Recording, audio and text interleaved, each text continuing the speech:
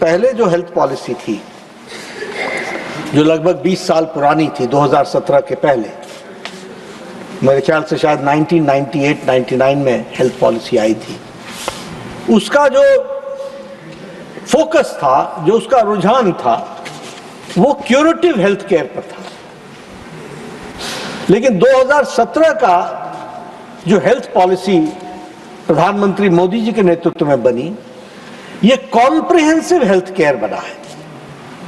और इसमें हम लोगों ने जहां क्यूरेटिव का ध्यान रखा, वहां प्रिवेंटिव का भी ध्यान रखा, प्रमोटिव हेल्थ केयर को भी ध्यान में रखा, क्यूरेटिव को भी ध्यान में रखा, पैलिएटिव को भी ध्यान में रखा और रिहैबिलिटेटिव को भी ध्यान में रखा।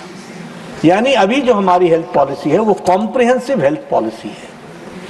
और इसके साथ साथ ये हम साइलोज में काम करते थे। मैं आपको इसलिए कि ये पॉलिसी से जुड़ा हुआ विषय है, और पॉलिसी से जुड़ा हुआ विषय है माननीय उपसभापति जी, इसलिए पॉलिसी इंटरवेंशन करने से कितना फर्क पड़ता है वो मैं बताना चाहता हूं कि 50 साल 60 साल हमारे एमबीबीएस, हमारे एलोपैथी इस बात के लिए झगड़ा करते रहे कि हम एलोपैथी जानते हैं, हम आयुर्वेद नहीं जानते, हम आयुर्वेद जानते हैं, हम होम्योपैथी नहीं जानते, हम होम्योपैथी जानते हैं, हम योग नहीं जानते, हम योग जानते हैं, हम सिद्ध नहीं जानते, हम अगर सिद्ध जानते हैं तो हम अन्य विधाओं को अपना स्थान नहीं देते, सब साइलोज में काम करते थे।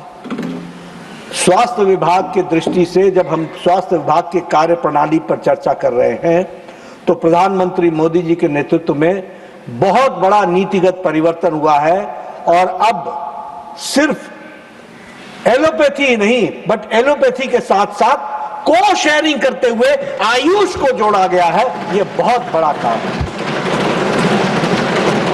यह बहुत बड़ा नीतिगत निर्णय है, इसका बहुत दूरगामी प्रभाव पड़ने वाला है। आप कभी सोच सकते थे, कल्पना कर सकते थे कि all India institute of medical sciences में कोई क्लास 1 क्वालिटी का कोई आयुष ब्लॉक होगा? कभी कल्पना कर सकते थे? एक तरीके से आयुर्वेद होम्योपैथी का तो एलोपैथी से झगड़ा रहता था।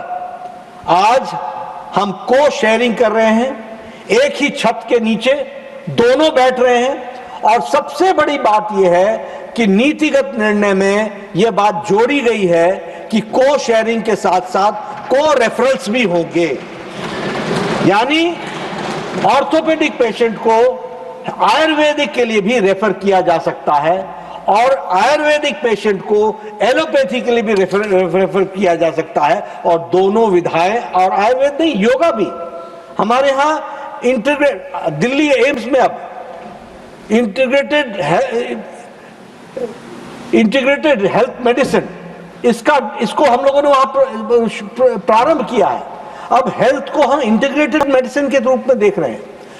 हार्ट पर योग का क्या असर हो रहा है, इसका रिसर्च चल रहा है, और कैसे हम हाइपरटेंशन को योग से रिड्यूस कर सकते हैं, कंट्रोल कर सकते हैं, इसका इलाज और इसकी रिसर्च कहीं और नहीं चल रही, वो all India institute of medical sciences Delhi में चल रही है। ये भी हमको समझना चाहिए। इसलिए हम लोगों ने नीतिगत निर्णय के तरीके से, किस तरीके से हेल्थ पर दूरगामी प्रभाव पड़ने वाले जो फैसले लिए हैं, वो मैं आपसे इसमें चर्चा कर रहा हूं।